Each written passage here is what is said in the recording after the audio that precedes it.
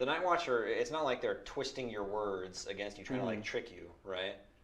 It's you know you're going to get cursed, and that's just part of the deal. You ask for your boon, and they do actually give it to you in a way that's not screwing you over. Right, and then they give you a different curse. Yeah. So I wouldn't use Monkey Paw, because that's pretty exclusively turning your wish against you, you know? And one of them said that the curse is, you know, what you deserve, perhaps. Oh, sure. So maybe that's kind of karma. Right, and I was like, oh, this old magic wouldn't be telling us about this for nothing. And sure enough, we cash in on that pretty quick a little later. Yep. So that's pretty much that whole thing. Yeah. So that's what I got out of it, basically. All right, cool. We know about the Night Watcher and who is their mistress. I'm sure that's going to be significant. Yeah. Okay. Now we see these two ardent scholars. One of them is a chef, and the other one is a Spren researcher. And they're just doing stuff. Right. And the big discovery is we got some Schrödinger Spren nonsense. Spren. And let me hit you with something else. Spren. That's a really obscure reference. It is, to just plugging the podcast there. Yeah. So basically, it turns out that when you measure Spren, when you write down details about Spren, right? In this case, the Spren is changing size and luminosity, and when she marks down its size at one point in time, it suddenly becomes locked and is always at that size. Yep. So it makes me wonder. Remember back when we were in the Axes chapter, and he saw that one Spren that always arrived at 7 a.m. every day or something. Oh, like that. yeah. That it used to arrive at different times, and then somebody wrote down that it arrived at 7, and now it has to do that every time. That seems OP. Can you use Spren to your advantage somehow? Maybe, but it sounds like it has to be... The data you record about Spren has to be something they would feasibly do anyways, right? But this big old water Spren, Kudakash or whatever her name was. Yeah, maybe serving some purpose, who knows, so will that come up again? Almost surely. Also, they mentioned the cognitive realm, Shadesmar. Do you know why that's significant? Because the title of the chapter, I read the chapter titles. I had just started doing that this time, kind of, but because I have that spreadsheet and whatnot, you know. So Shallan's chapter, where she smashed the chalice and attempted suicide, you know, whatever, appeared to attempt suicide and all that, and she went into the marble dimension.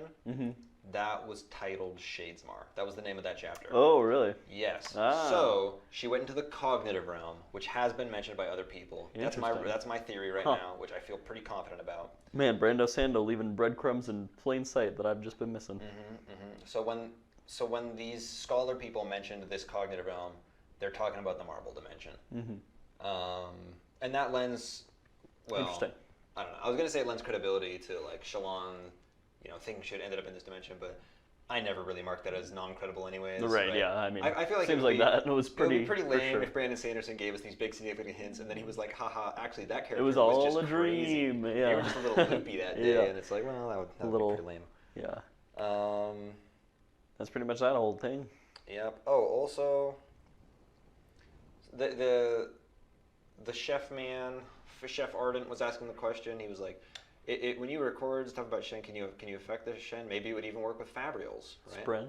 Spren, yep. And I was like, why did he make the jump from Spren to Fabrials? Oh, right? Sure. Why would this new discovery about Spren affect Fabrials? And it makes me wonder, do Fabrials are Spren trapped inside of them, or do they somehow harness the power of Spren or something? And it could be like with Shallan's theory about, you know, we don't think that when she was doing that thing she was soul casting with all the blood, but she was talking about how that one Spren was changing me into something else or whatever. So also perhaps with the soul caster, remember the gems break and now it becomes you. Even if you replace the gems, it doesn't make it functional again, right? Maybe that's because the gems had Spren in them. Ooh. And then when they break, the Spren dies or is released or whatever. Oh my goodness! So even replacing another gem, it doesn't matter because that gem doesn't have a Spren or something like that. Sure. I don't know. Oh, a little Philosopher's Stone from what's that show? The anime. Full Metal Alchemist. Yeah, where the Philosopher's Stone has all the souls of people inside it or whatever. It's a little dark. And now, do you have anything else about that one? Nope. Onwards to Szeth Sun Villano. I only have 2 whole notes about this one, and the first one is King of Yakaved is King of Yaka dead. Haha. I have some funny notes in here as well. So first off, I have Yikes. His orders are just to kill Light Eyes, indiscriminately. Mm-hmm. They're like, go in, kill the king or whatever, but also just kill a bunch of Light Eyes. Like as many people as you can. If they're innocent, hey, even better maybe. Who knows? Oh, yeah. And Seth Milano was like, this is my personal hell. Yep. I hate this. And this is the first time we see the half shard shield things. Yes. They can block hits from a shard blade once or twice. And they're functional. Yep, they work. Those do exist. Yeah. So, yeah. And then my next two notes are, it's a trap, but for who? Call an ambulance, but not for me. Yeah. Because there are, 2 shard bears in there, and the king also has a shard blade. Yeah, the shard bears popped up from under the table. Armies are pouring in. And that was actually where my second note came up. It was when Zeth had already killed the first shard bearer. Spoilers. Mm-hmm. And now he's going at it with the second one. The second one ends up, landing on the table or something. And then Zeth had a line where he was like, I can't use my lashings on somebody wearing shard blade, but I can use it on something they're standing on. So he used it on the table, and the table got lifted up from under the guy's feet and sent him, flying a scunder. Okay. Because he can just tap a person and have them go rocketing out into space. But apparently he cannot do that to a shard bearer, and that makes a lot of sense. It almost makes me wonder, because we didn't get that detail, I don't think, way back in the prologue when he was fighting Gavilar. Mm-hmm. It makes me wonder, was this something that Brandon Sanderson was like? He was writing. He had Zeth flinging all these guys into walls and stuff. Then he was like, "Oh wait, did I forget to mention that?" That's a little OP. That could just happen. Oh, he made this. He patched this in while writing this. Maybe he just retconned it right there. Yeah, I mean he can, right? Yeah. I thought it was kind of cool to make another obscure reference at a moment where Seth was weaving in between other people, just poking all of them to send them off in directions. Mm-hmm. Reminded me of. What's her name from Avatar: Last Airbender? I know exactly who you're talking about. Ty Lee, Circus maybe? Girl, yes. Ty Lee. Yeah. Where she was just ducking in between and poking people in the pressure points and everything. Just mega acrobat. Yeah, that's what that reminded me of. I was this would be a really cool movie scene or something. Well, exactly. That's the reason I have so few notes about this. It's because the whole time I was like, this would just be a really cool fight cinematically, and that's pretty much what I have to say about that. Yeah. Let's see. Do I have anything else? Learned a little bit more about the magic system in that you can do fractions of lashings. Oh, yeah, you're right. He was able to do a half lashing. So he did a quarter lashing, which just made him lighter or whatever. And then he did a half so that the thing would just be suspended in midair and not move. And I was like, oh, neat. Yeah. Because it's kind of interesting how, from other Brandon Sanderson books I've read, the magic system is all up in the book the whole time. And in this one, it's well, you got the shard stuff, but this magic system, this is only Seth, Son Milano using it. So yeah, well, and Kaladin a little bit. Right, yeah. And then we're also getting this old magic stuff and all of this. We've been given very, very few details. Right. Not at all drinking from a fire hose. Definitely drinking from a leaky faucet. A dripping faucet. Yeah. Yeah. But so hopefully we'll get more of that in book 2. Yeah, I liked a little bit as well where he was yeah, he used a quarter lashing. He lost a quarter of his weight upwards and ended up having his effective weight. Yeah. And then you have to work through it mentally. Yeah, you're okay, so. Okay, yeah, that makes sense. Yeah. Which counteracts one quarter going down, and that leaves half. Okay, got it. Yeah. He said that, and I was like, what? And then he was and then he did a half lashing, and the thing suspended in midair. I was like, oh yeah, okay, those two things make sense. Yeah. I thought about them together. Kind of fun. Yeah, I like how, because I've read, Brandon Sanderson, all of his magic has very concrete rules, and it all makes a lot of sense when you break it down. And that's a really big point in the whole Mistborn series, Yeah. With the 3 systems of magic or whatever. And I was reading, he has 3 essays on making up magic systems. Yeah, well, he actually has a lecture as well. He did it in college. You can watch the video for that on YouTube. Right, and it's just, I don't know, it's really interesting how he does that, because all of his books have such different magic systems, but they all make sense or whatever. Yeah, my least favorite is Elantris for him. Yeah. Actually, Elantris and the one with the king who glowed really bright. Oh, really? I like that one a lot. I like that magic system. I think maybe I did like it. I don't like at the end when he got it. Spoilers. That's mad spoilers. Yeah. But I mean, the problem I have with Elantris is certainly the least imaginative. Yeah. I'd say. It's hard to say why I don't like it though. Again, without dropping crazy spoilers. The whole book, yeah. And then, but I don't know. I like the one in Warbreaker because I think that's what it's called. Yeah, it was Warbreaker. Just I don't like the basis being the breath of people, but the idea of it past that is really cool. So I don't like the fuel, but I do like the means. I guess that actually, maybe I do like that one more than I think I do. Now that I'm thinking about it early, because now I think actually through the first half of the book, I loved the magic system in Warbreaker. Mm-hmm. I think I only stopped liking it at the end specifically. That makes sense. Yeah. Yeah. Right. I think I know what you're talking about. We'll talk about it later. We'll talk about it after this. Yeah. Either way, his magic systems in this series right here, like I said, I've read 3 books. I know a lot more about the magic system than I'm letting on. Right. I love the magic system in these books. In this one, yeah. I mean, and I like it a lot so far. I love them. Like these are like my favorite magic systems of any book ever. Of all time. Right? The guy who wrote that terrible, awful book, what was it called? Name of the Wind. Oh. His magic system sucks compared to this stuff. Terrible opinion of that book, but neither here nor there.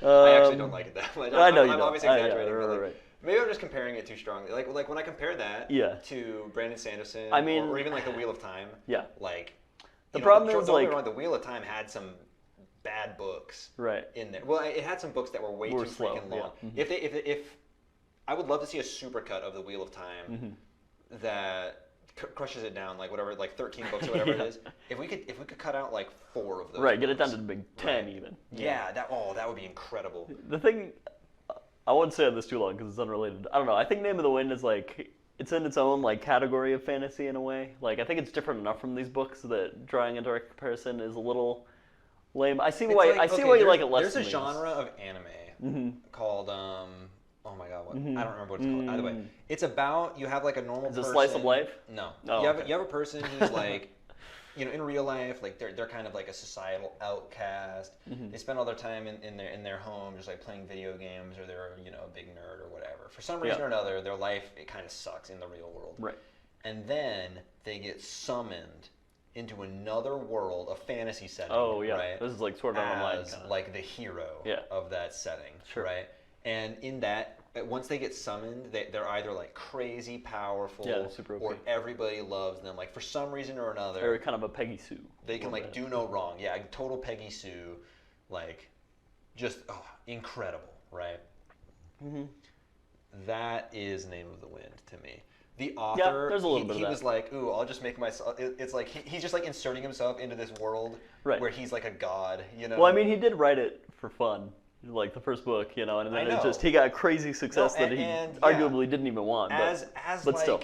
A guy who just wants to write a book and have a good time, awesome. It's the fact that everybody hails it as like this incredible, it is overrated. Like the perfect fantasy I will say series. it's overrated. And I'm like, come on. The thing I like about it is like, it's different from these books, and that Brandon Sanderson, I feel like he sits down and he's like, I have an idea for a 10-book series, go, right? Yeah. And he just starts busting them out. And this guy, in Name of the Wind, not a lot really happens plot-wise. Yeah. Really? Yeah. But it's just kind of fun. You're just like, what's he going to do next, Like. Yeah, I guess it's kind of fun. Whatever. Anyway. Agree to disagree. Okay, and that wraps up the interludes. Yep. And all of Name of the Wind for practical purposes. Oh, man. Okay, so I'm going to start reading the beginning of chapter thingy. Yeah. Sound good? Please do. We're back to the death rattle. I'm standing over the body of a brother. I'm weeping. Is that his blood or mine? What have we done? Yeah.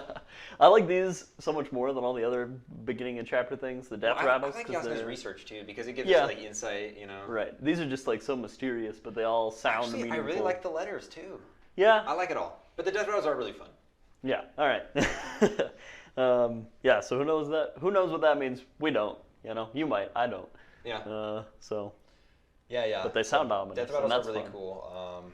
We're back to Dalinar. Hooray! Woo! Dalinar came back. Hooray. It turns out what I said to you earlier about him never coming back up again was actually a lie. However many episodes ago that was. Maybe who would have guessed? One. I think, 1 or 2. Yeah, he's back though. Hot dog. Unfortunately, things are not going so well for him. Basically, when his son told him he was crazy, he lost all sorts of confidence, and he decided that he should no longer be the High Prince. He is for sure abdicating. Yeah.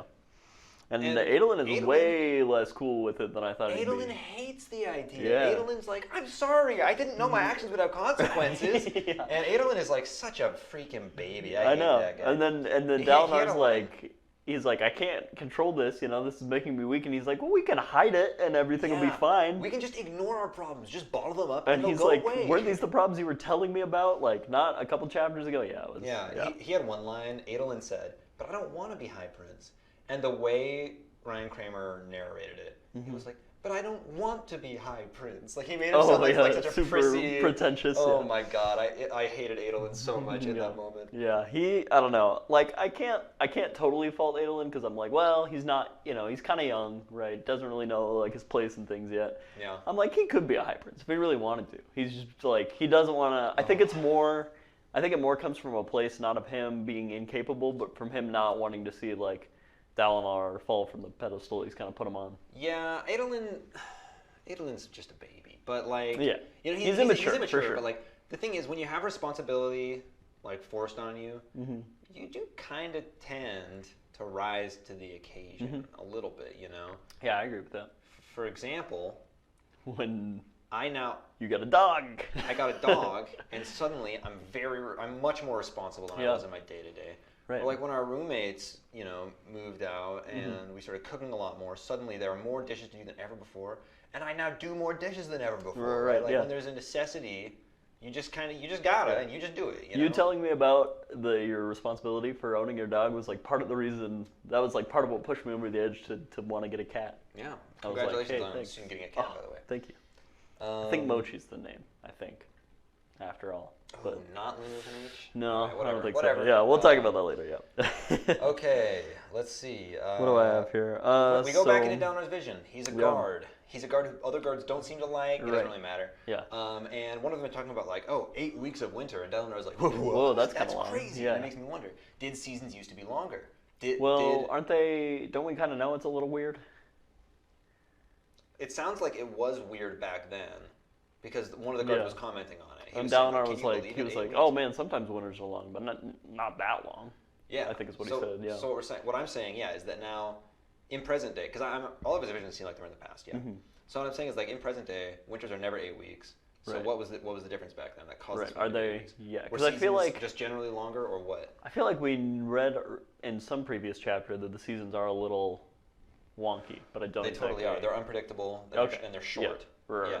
And like if it's spring now, you just don't know what season's coming next. It might be winter. It might, So the seasons are super wonky. Man, how do they grow anything? That's a really good question. Anyway, he's at a place called Feverstone Keep. I write down. Nobody's heard Is this the Betrayal of the Radiance? Yeah, I literally wrote Betrayal of the Radiance incoming. Yeah. And it's kind of anticlimactic, honestly. When I heard they betrayed us or whatever, I thought they were gonna storm the place and kill a bunch of people, but they all just walk up and they just let their shards fall off. They drop their shard blades and they just outski. What happened? What happened to cause them to do this? I know, yeah. It was very dramatic, but not in a fiery way. They were just like, we're done fighting. Right. We're out of here. It was very apathetic, yep, we're out. So were they convinced that they were doomed to lose and there's no point in fighting? Maybe. But then mankind wasn't wiped out because the Betrayal of the Radiance was after the last desolation, right? Yes, I believe so. So what could have caused them? Maybe they learned about it because the heralds were kind of being like, we just pretend that it's done, right? Oh, sure. And so maybe the Radiants thought that was the case, and then they found out, and they were like, well, we're all boned anyway. Let's go do our own thing. Yeah, I want to be a baker. Maybe. Not a Radiant. Also, I said, let's say that someone is putting these visions in Dalinar's head, right? Sure. He thinks it might be the Stormfather or one of the heralds or something, What do you think the motivation is for whoever is putting these visions in his head, right? Yeah. Because, in Wheel of Time, there is this, society up in the deserts. There are offensive deserts somewhere. You know how those are, those desert societies. Yeah. And they have a city called, Roidion, I want to say, where specifically their chiefs of the tribe go to this city and they walk through some arches. And when they do, or between pillars or something, I don't know. Sure. They suddenly get visions back. They see through the eyes of many, many, many of their ancestors, leading back to the distant past. Sure. And the idea is that the purpose of that is to give them the wisdom and knowledge to lead, right? Sure. Yeah. So it's or it could be something entirely different, like somebody's trying to manipulate him into some certain line of thinking, or whatever. So what do you think? I mean, the fact that we think maybe the reason he's thinking this way is he was infected by the Way of Kings to have these thoughts or whatever. I don't think it's just oh man, spooky book. Right. I mean, who caused that book to infect him or something? Yeah, that. In Brandon Sanderson books, everything is driven by someone or other, right? Yeah, nothing just like happens for no reason. Yeah. Right? Even like the fact that magic systems exist is because of specific people, right? In this case, those people happen to be shards. Right. Yeah. Right. I mean, in this universe, I don't know. In every book of Brandon Sanderson or fantasy, there seems to be like great big good guy versus great big bad guy. Yeah. And so I imagine there's some sort of like heavily, what's the word I'm looking for? Hampered like good guy is trying to, get Dalinar and who knows who else to like pick up this cause to fight against whoever the big bad guy is. What was his name? Odium. Odium, yeah. Yeah. So I don't know. That's my idea. Like essentially, this world's preservation is trying to get Dalinar to learn these things, but he can't do too much because he's like his power is inhibited somehow. Okay, sure. Yeah, that seems to fall in line with other Brandon Sanderson books anyway. Yeah, good a theory as any other, I think. Yeah. Read the book, Unite Them comes up again, but now Read the Book is more emphasized than it was before. Because back before it was just Unite Them, and he was like, well, okay, read the book too. That's important. And he's like, The Way of Kings, and the guy's like, he just walks away. And he's like, what other book? The Words of Radiance, perhaps? Maybe even the third or fourth book in the series. Who knows? When all the Radiants dropped their swords on the ground, stabbed them in or whatever, he said that there were like at least 200 of them there all at once. Oh, yeah. And he had some line about how like present day, as far as he's aware, there are only like 100 shard blades in the world or something like Altogether, that. yeah. I was like, whoa, okay. What happened to those other 100, I wonder? Yeah, because when all of these Radiants drop their stuff, all of it stops glowing, which is pretty notable in the first place. And he says, these are the first of them or something. And so these are like the first shard bearers, and everybody's going crazy. It's like mass hysteria to grab these blades, and people are killing each other over them. And do Dalinar's actions in the past matter, or is he just like viewing recordings? Oh, I don't think it totally can be recordings, because he like runs out as this meaningless guard, which I doubt this meaningless guard actually did. I feel like whoever's giving him these thoughts is just like putting him in a body and being like, yeah, just do whatever. I just kind of picked somebody at random that was here for this thing, like the guy, the father of that family when he saw the Radiance the first time in that past vision. Yeah, I think his actions do matter, but the person he's in doesn't matter a whole lot other than the fact that they were there to see it. So you think that his actions do matter? So you think that, like nowadays, if we were to see a photo of what happened back then, we would see Dalinar's No, I guess his actions don't matter, but I don't think it's a recording in that this is what that person did. Oh, yeah. Yep. All right. Yep, shards stopped glowing. As he walked through their discarded shard blades and blades, there was a line about how he could feel a great sense of betrayal and hear like screams, almost like not hear them, but like in his mind or something. Yeah. Right, yeah. I was like, oy vey, yikes. So then he kind of wakes back up. That's all I have on the vision, at least. He walked right up to one of the Radiants, and their eyes were unnaturally blue. Similar, I think, to how missed that. Zeth's eyes are after he wields his shard blade. Oh, yeah. So my guess is that if they had set those shard blades down and walked away, after some period of time, their eyes would have gone back to being at least naturally blue, right? It was said that this was only 2 orders of the Radiants dropping their stuff, and there were 8 more. Oh, really? And I was going to ask if you got which 2 orders they were, because okay. Nope. I was going to have to rewind a ways to get the names, yeah. There was a line, they were the first and they were also the last. I think in reference to those Radiants or something. Maybe, yeah. I don't know what that means. Although these are the first that the voice was saying, I was like, oh, the shard bearers, I guess, but that's all I really got from that. And then all right, vision over. Yep. Old magic was brought up again, not a myth. I know this for a fact, says Dalinar. Yep. And he was like, well, why? And he was like, I can't think of my wife, something to do with that. And I was like, So Dalinar did seek out the old magic, and him losing his memories of his wife was his curse from the Night Watcher. But what was his boon? He won't say. Do you have any ideas what the boon might be? No idea. I was thinking about it. I mean, he seems pretty normal. Right, yeah. Maybe his boon was like wisdom or something, and it's been slow onset wisdom. Right. I don't know. Yeah, it's weird. Pretty bad curse, though, all things considered. Night Watcher was defined as some kind of powerful spren. My curse and boon are my own. The specifics are not important. And I was like, I don't know, Dallin. They seem pretty mother effing important right about now. Yeah. Like, pretty vital information, but hey, whatever. And then Navani comes in, and she is flirting hard. She's going hard in the paint. I wrote down the line, "Oh, stepbrother." It's just like, yeah, pretty much. Also, he said that Renarin was like, we could ask somebody who knows about this stuff and like try to prove whether or not your visions are actually real. And Dalinar was like, oh, proving the visions had never occurred to me. And I was like, you idiot. You dullard. Like, how would proving the visions never occurred to you? Right, yeah. Whatever. Yeah, so they're going to try to figure out if this keep actually exists and go from there. Yeah. Yep.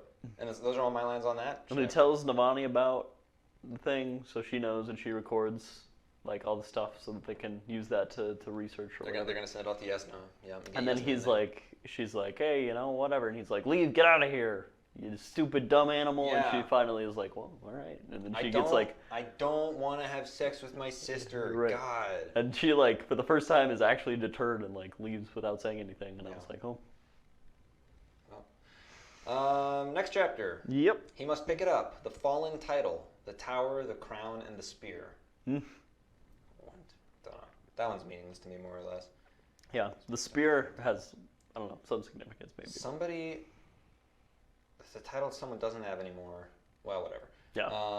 Parshendi have totally black eyes. Was confirmed here, which has how the Voidbringers were described. All right. So that is starting to look pretty valid as a theory. Yeah. I think it's like it feels weird because it feels like that's the theory we were supposed to come to right away. Right. But then we keep getting information about it. Yeah. This felt like another. I was like, we're being given like puzzle pieces. Yeah. And we're going to find out that it's not actually the Parshendi. Right. And now I'm like, well, I don't know.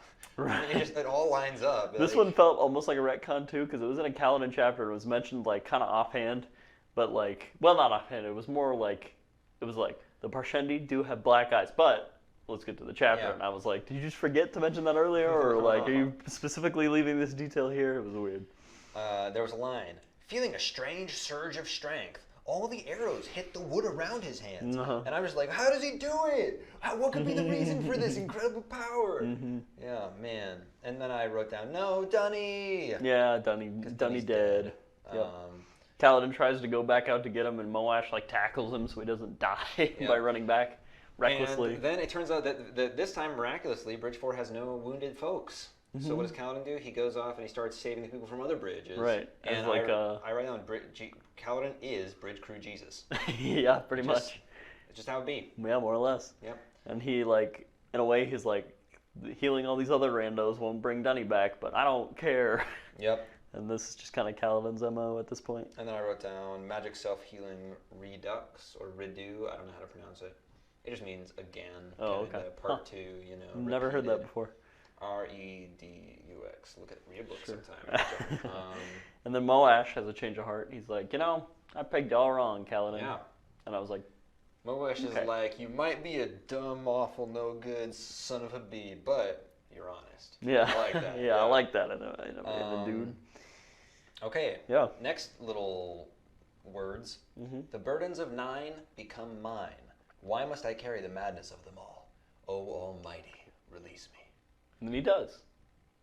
No. Is this the one that was unknown seconds before death? That was one of them. I don't know. Yeah, either way. This though sounds like a quote from the Herald. Yeah, it sure does. The one who didn't abandon his post and got sent back to hell. Yeah, the horrible hellscape, and he's like, what was his name? Taln or something? Yeah, something like that. It sounds like something he would have said. Yeah. So this is interesting because this is the first time that this is the first thing that makes me think that all of these death rattles are not original. They're not original, right? This is something that Taln said in the past, and now somebody dying is saying it. They're repeating him, or alternatively, Taln is currently in hell, and he's saying it through them, using them as a mouthpiece. Oh, sure, yeah. Something like that. Right. Yeah, so it makes me think that that's also happening with all of the other death rattles. Right, yeah. They're all repeating some phrase that was said by someone in the past. Sure. Or hell people are using them as mouthpieces. Because like a lot of them say really eloquent, seemingly meaningful things, but then it's like a baker, Yeah, like totally why would they say that? Yeah. So yeah, that's a decent theory. We got a name, Adelnasium or something. Adelnasium. What is that? Oh, it's what Wit said to Dalinar. Oh. Wit was like, Adelnasium, and then he looked at him, like, seeing if he would get, like, recognition in Dalinar's eyes. Huh. And Dalinar was like, what? and then Wit was like, don't mind me, old fool. Just gibberish or gibbletish or whatever. He started making, like, he was trying to make it sound like he wasn't cover, probing. Yeah. Right. But that sounded to me like it was like a code word. Like he was trying to see if Dalinar was part of some organization. Right, yeah. And then it's revealed that Wit is actually Hoyt. Hoyt, yeah. So, oh boy. Bada bing, bada boom. Yep, we talked about him in a prior podcast. We did. And he mentioned something. He was like, yeah, I'll come back unless I die, but if I die, I'll probably still come back to talk to you. And I was like, what? Yep. Yeah, but we already kind of talked about how Hoyt is maybe immortal, you know. Well, I mean, Hoyt's not going to die. Right. Like, Hoyt is the most important character in the Cosmere. He's the most important character in the Cosmere. And he's going to get his own series someday. That'll be sick. And then Hoyt's like, well, I'm taking off. I'm not Wit anymore. Bye. And, okay. Also, watch out for Sadeas. He's going to drop a big old bomb right on the party. All right. Hoyt takes out. He has a line about how the Cosmere takes precedence over free food. Yeah. So whatever Hoyt is doing is for the good of the Cosmere. Which, right. I mean, seems like that's pretty much always the case, yeah. We learned that Dalinar, his Ardentia thingy, he's part of the Order of Talenalot. His devotary. His devotary is the Order of Talenalot. That's right, yep. And then there's a guy with his Ardent who insults a dude during a political discussion, and he storms off. He was like, don't worry, I was supposed to do that. But also, the Ardent guy is some dude in disguise. I didn't take any notes on that part because I wasn't really paying attention. For a bit, I just had a lapse. I'm sorry. Yeah, no, that's fine. Basically, the Ardent guy, he says some other, weird shit that seems like he knows something about Dalinar, and he's like, okay, bye. Yeah. He said something about how, like, well, the Ardentia still place our faith in you, Dalinar. They want to stay on really good terms with Dalinar for some reason.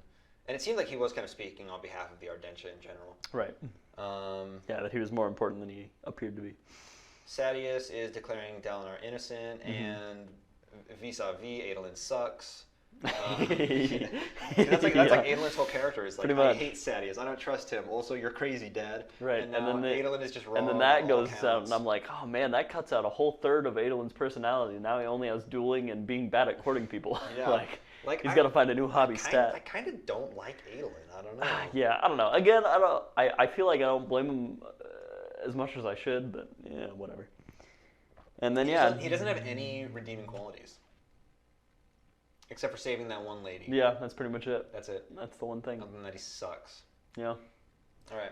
And Dalinar, like, really, it seemed kind of a spontaneous. He was like, "Oh, well, that's Sadeas' team. I'm sure we'll see it. Tried everybody else."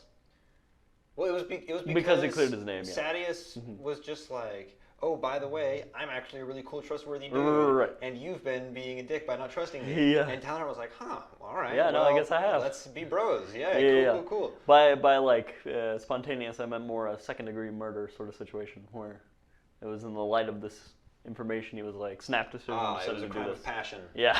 Exactly.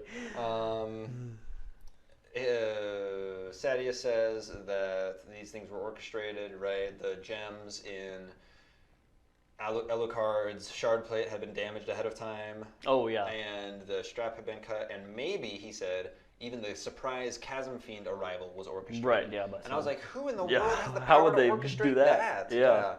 And, it seems like a really, on the one hand, subtle, nobody would see this coming, but also on the other hand, very complex with a large margin for error way to assassinate somebody. Wait a minute. Even back in that chapter, though, but right before the Chasm Fiend arrived, wasn't there some Chol wandering off the wrong way or something? So maybe that was the thing that orchestrated its arrival somehow. Yeah. Maybe it had been baited with, Chol or something. Yeah, something. Yeah. But either way, it seems like a pretty insane plot. Sure, you can't be super overt about assassinating a guy, but this seems like so many things have to go right for it to work. Yeah, and Sadeas said if anything, this might have been a way to the purpose of this may less have been to assassinate the king and more to make people suspicious of Dalinar, right? Oh, and sure, yeah. Maybe. Yeah. But then he said later that he had actually only said that to give people something to gossip about. Oh, sure. So, Sadeas takes his job very seriously. He had a good line where he said to Dalinar, "You'd sooner punch a man in the face than stab him in the back." And I was like, haha, yep. It's just kind of fun, all right? Yeah. And I said, Sadeas is ally now. Yes, Sadeas. Yep. That's got, Dalinar and Sadeas are teaming up. Teaming up. They're doing it. They're doing the joint assaults. That's my notes for that one. Dealio. Yep, same. A woman sits and scratches out her own eyes. Daughter of kings and wins. The Vandal. Okay. The Vandal is the lady from... the Interlude. Baxil. Yeah, That's the my mistress. guess. Yeah, sure. Why not? All right. I don't know. That's that's the only Vandal I'm aware of. Yeah. No, that's fair. A woman, check. A woman sits and scratches out her own eyes. Didn't mention anything. Actually, it distinctly mentioned that she did have eyes. Maybe this is the future. Unless the eyes she's scratching out are the carving painting, of her. Oh. Daughter of kings and wins. Don't know. Yep. Yeah. All right. And we learn in this next chapter that Amaram is on his way to the Shattered Plains. Yeah. Mm-hmm. Uh-oh, SpaghettiOs. He's going to see Caliban. They're going to make eye contact.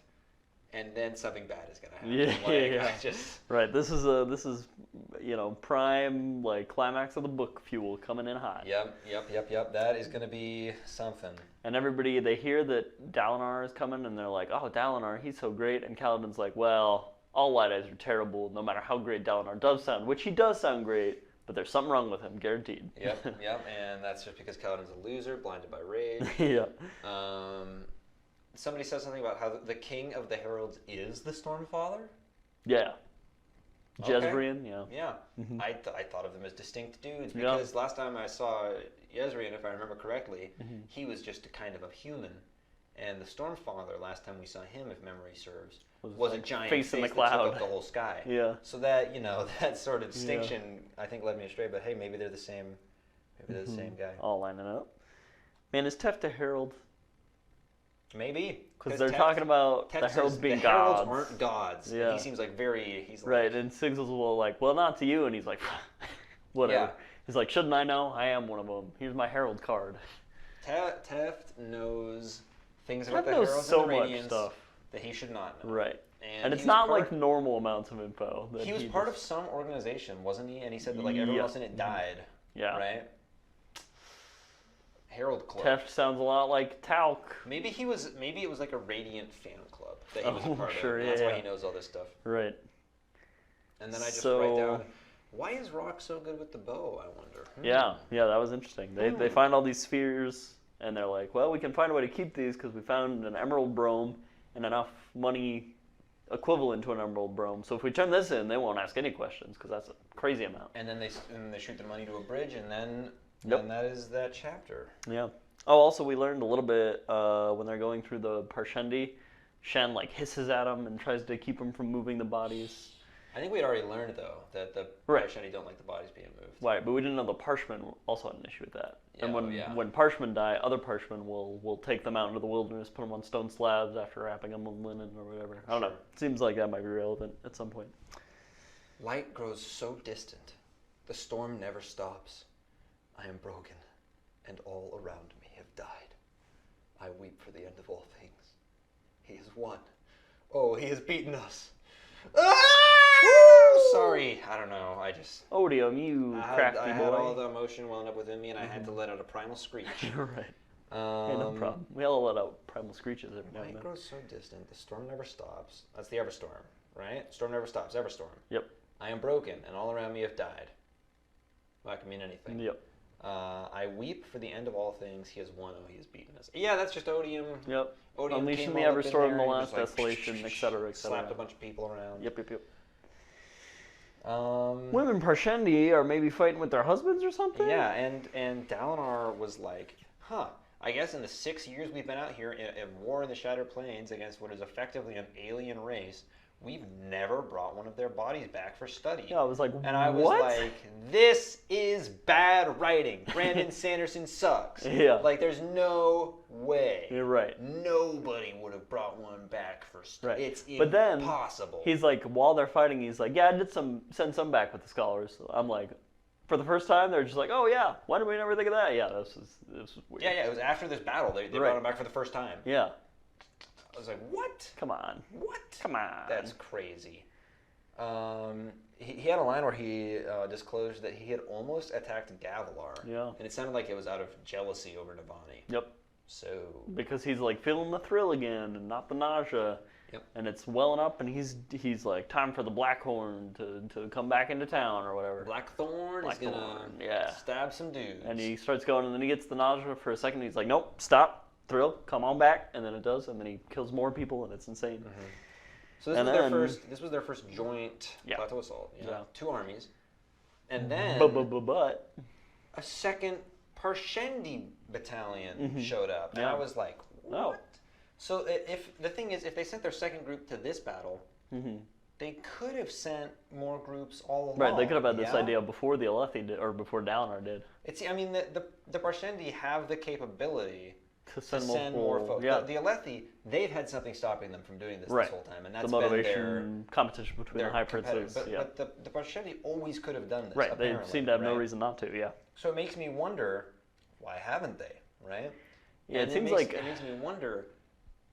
Are they just trying to keep the Alethi busy? It seems like it. Because, like, sure, they win some battles and they get some of the gem hearts. But, yeah, it's always like they just match them, like, equal opposite. And sometimes they win, sometimes they lose. But, yeah, there's no ground being really gained on either side. Are the Parshendi, like, deliberately engineering this whole sometimes we win, sometimes we lose sort of thing? Could be. Maybe if the Parshendi start winning too much, they know that the Alethi will, like, launch a full assault. Right, they'll all team up actually. You know, or maybe it's been disclosed to us, the readers, that the Alethi homeland is pretty much undefended right now. No shard bearers are over there. Oh yeah, like all the armies are over here with their high princes. You know, I don't know if the Parshendi themselves are planning on attacking the Alethi homeland. Sure, and I mean, if we go really wide with this, say, okay, the Parshendi have something to do with the Voidbringers, and the Alethi are like part of the people that got to beat the Voidbringers in Book 10 when everything ends, like. In a way, it's sort of like the... Oh man, I just lost the whole point I had. Cool. It's gone. It'll come back. It'll come back. In the meantime, I'll start on our outro. Hey guys, thanks for listening. This is... did it come back yet? Nope. All right. Well, that's the end of the podcast then. This has been Sam and John's Book Club, hasn't it? So Dalinar goes and saves Sadeas. That was the last thing. Yeah, he does. Yep. Man, what was my point? It was like, it made so much sense to me in my mind, but yeah, no, whatever. I'll think of it next time, maybe. Okay. Yep. Next time, we're going to read chapter 57 up through chapter 62. Okay, and this is not quite the end of part 4. That is correct. All right, the next one will be the end of part 4, and then we're going to do all of part 5 in just 1 week. And we're done. We finished the book. Yeah. So, up through chapter 62. Okay. Let's just smash some art or something. I don't know. We could smash this ball. We could tear up your painting there. Yeah. Yeah, cool, dude. Yeah. Let's give you some knives out. Oh, it's on a command strip. I was like, if it was on a nail, I could actually take it off and throw it on the ground, but I don't want to do that. And if you're listening, just be aware that we just destroyed a lot of art. We had a bunch of all of them. The statue made a lot of noise, but we didn't want to, blow up your headphones. I edited it out. Yep. I'm Sam. And I'm John. And this has been Sam and John's Book Club. See you later.